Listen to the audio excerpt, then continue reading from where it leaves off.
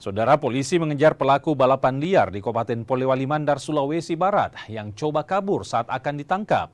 Pelaku balapan liar pun kocar-kacir dan meninggalkan kendaraan mereka.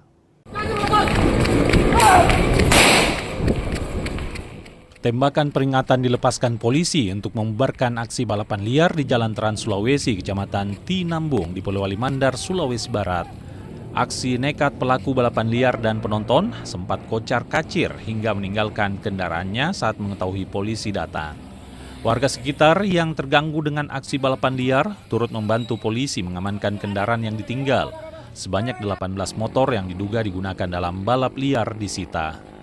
Itu memang dilakukan pembubaran balapan liar, dan ini memang beberapa malam minggu terakhir sering terjadi balapan liar, di mana balapan liar itu mereka menggunakan jalan poros sehingga mengganggu, di samping mengganggu pengguna jalan lain, itu juga mengganggu masyarakat yang sementara istirahat menunggu sahur. Ini ada berapa kendaraan yang diamankan? Ada 18 unit yang diamankan. Pak, ini memang sering dilakukan di tempat ini? Jadi memang selama ini setiap malam minggu anggota saya memang sering melakukan penindakan terhadap balapan liar.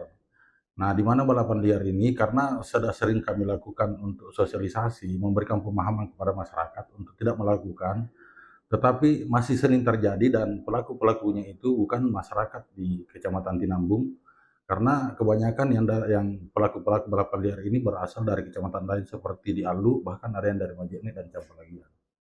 Polisi menerima banyak laporan dari warga terkait balapan liar. Selain mengganggu pelaku balap liar juga kerap menutup jalan. Pelaku diketahui dari Alu, Campalagian hingga Kabupaten Majene. Edwin Arwan Pitu, Kompas TV, Polewali Mandar, Sulawesi Barat.